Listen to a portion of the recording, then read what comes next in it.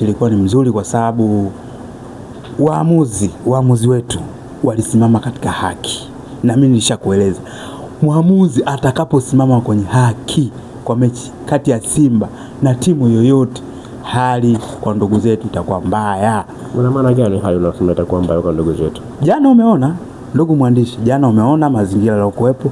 Mwamuzi alikuwa katika haki, iliyosimama, alitimiza sheria 17, alisimamia vizuri katika uweledi ule wa hali ya juu. Na mazingira ndo kama hayo. Kwa usimamiaji wa sheria 17 ndio tunakuambia usimamiaji huo wa marefari umekuwa ni changamoto kwa timu ya Simba kupatikana kwa matokeo. Nilishakwambia Simba akisimamiwa katika ile haki, marefa akakaa katika haki zile, Simba anashuka, hata daraja anaweza kashuka, mazingira yatakuwa mabaya. Ndo hivi. Unazungumziaje goli la Pamba? Ipigwa faulu moja kwa moja kwa ndani. Unazungumziaje goli kwa ujumla? Ndo nilishakwambia yule kipa wao yule sio mpigie pembeni, yule mlenge. Ukishamlenga yule anasukumizia mwenye mpira ndani ya goli. Yule kipa sio kipa, nishaeleza. Yule kipa wamtafute kipa, na wakimngangania yule kipa mambo yatakuwa magumu na timu yenyewe itakuwa hieleweki. Na mpaka sasa hivi mambo yashakuwa magumu. Kumekuwa na mtazamo hasi baada ya mchezo, ikiafikia mpaka mapolisi kuingilia kati na kutumia mabomu ya machozi kutoa gasi. Unazungumzaje hali hii kwa timu ya Simba kutokea mara kwa mara? Ndugu yangu, ndugu mwandishi, wewe Simba nadhani historia yao unawajua. Yaani hilo sio swala la kuzungumza. Hata mtoto mdogo ukimuuliza anaweza kukuambia kuhusu historia ya mashabiki wa Simba. Mashabiki wa Simba ni wakorofi.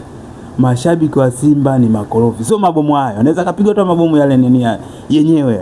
Yasi aliyopigwa mabomu ya machozi. Wale ni wakorofi.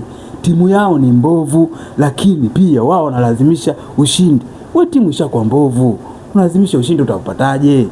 Inatakiwa ucheze mpira unaoeleweka, watu waone mpira uhalisi, watu wafurahie. Lakini wewe sasa wachezaji wako wabovu.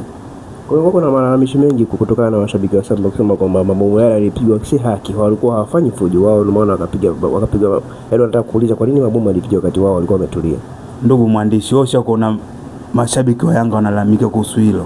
Kuhusu sisi tumepigwa mabomu, hata vilungu. Ushakusikia tu mashabiki wa Yanga wanalalamika kuhusu kupigwa marungu? Sijui nini.